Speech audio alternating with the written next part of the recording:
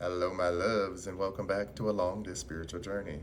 So, people who are emotionless are not people who don't have emotions.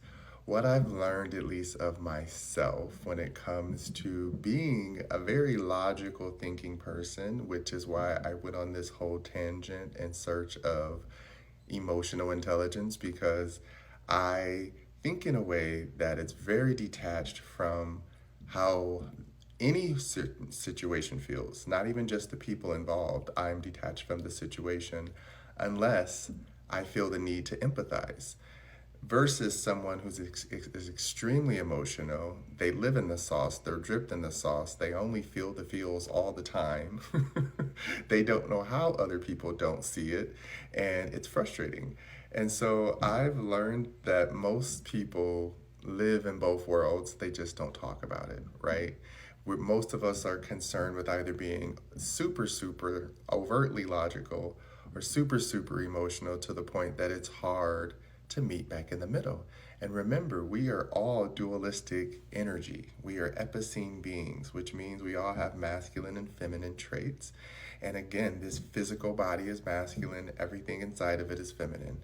So, learning how to integrate these energies into your reality is very important in how you make your everyday moves, because the same goes for if you're really focused on a type of job or a type of career that you want or a type of modality that you're really into. You put time and effort into understanding it and learning it. No one is a master. You're a beginner first, and then the more you learn and the more you integrate, it becomes natural to you. So for me, I had to really learn how to integrate emotions into my life because I come from a very masculine energy in my family. Doesn't matter if there's females in my family. For me, my family is very go getter, get it done, don't make excuses. Yeah, that's nice, that's how you feel, but you still gotta go do it, right? So it never really left space for me to feel, as we say, as the human needs. The soul is running the show, right? Or at least the consciousness of the soul that we're connected to. If your soul is still asleep, then your human body is running the show and it's going to run on pure emotions always because that's all it has to run on. When you wake your soul up, it starts to think a little bit more logical, congruently with your own emotional thoughts that you have. Remember, the body is all emotions, it feels, it processes thoughts into, or it processes emotions into thoughts. But we are not logical by nature, at least I don't feel we are. We all come out with love, we all come out nurturing, we all want the best. We are taught how to be logical, we are taught function, we are taught structure. We learn the ways of nature. If we lived in the nature how most tribes were, we would learn different skill sets as they do. Right now, learning to climb a tree is not as important to someone who lives in a high rise versus someone who has to forage for their food and climb trees, right? Different understandings of self put you in different emotional experiences, which is why culture changes constantly. And we, as the people and the bearers of creators of culture, have to take onus on how we logically process it and how we emotionally process it, because both are integral to how we create our identity. So, understanding that when you meet someone who doesn't emotionally connect with you, you can choose to dismiss that person, or you can choose to take it a little further and learn that person. Now, for me, this is where those terms demisexual, sapiosexual all come into play, because I need to know before I connect with anybody, may it be relationship, romantically, or familial, or friendship. I need to know that I can intellectually have a conversation with you that's going to excite me and excite you. It's not about entertaining me, it's about knowing that we see things from a place of, wow, that's really cool. I would love to learn more about that. Wow, you seem very knowledgeable on that. How did you get to learn all this? That's the space of opening up and learning from a logical standpoint.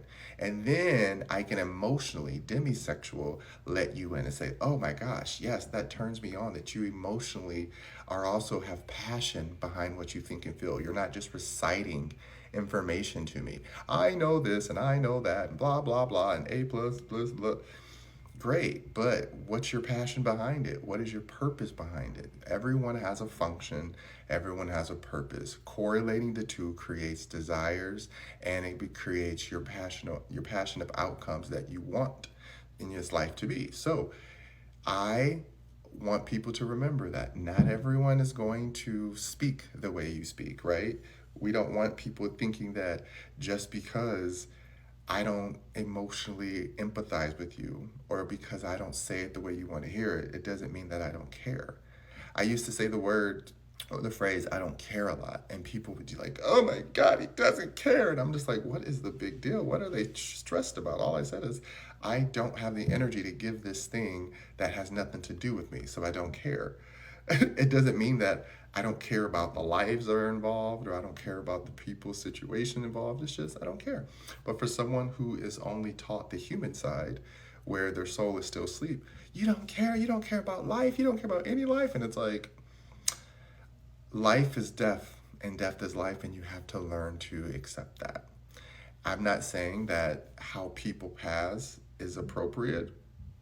That has nothing to do with me and the universe, just how the universe grows and decays and takes certain parts of the earth away and doesn't.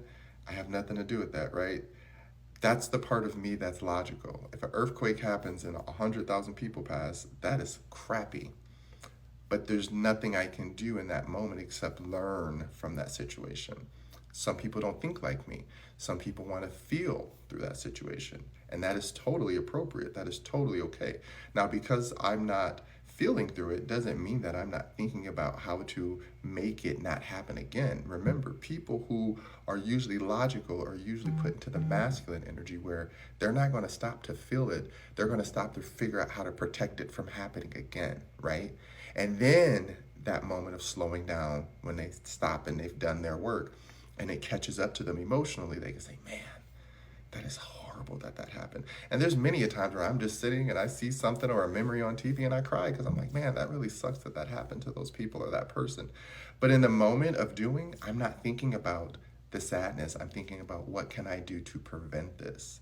So really focus on learning your logic. What is your logic connected to emotionally? Because everyone has emotions. Because I'll tell you this right now, when everyone gets that little tingly feeling in their undercarriage, right? Everyone knows what horniness is. They know how they feel then. But when it comes to coming out of that and going back to our logical world, all of a sudden all those emotions are gone. That's why passion is hot, because you put all your emotions into one spot and you just let them and that's why people love that crazy toxic love, because it's a pileup of all the emotions that they're not letting out. And then when they meet this person or entity, now they have an expression to let it out on. Don't do that. Express it to all the time. So that then when you meet energies who are aligned with you, you see the yin and yang. Every logical person usually ends up with an emotional person. Every emotional person usually ends up with a logical person. All have both aspects, but there's still going to be a part that's one over the other, right? No matter which way you put it, when they're aligned, they don't connect on this aspect. They have to intertwine. That is the truest form of connection, of letting yourself cross that bridge, but keeping the bridge connected. So, emotionless doesn't mean you don't have emotions. It usually just means that you're more focused on the thought of the outcome and how to prevent and retain, versus the emotional part, which is it all falls apart. No matter how much people don't believe it, when you become too emotional, things around you start to decay and fall apart because it's too much water, it's too much moisture, it's too much feminine energy, whereas now you're not letting it grow. So find your balance, find your bridge. I love you.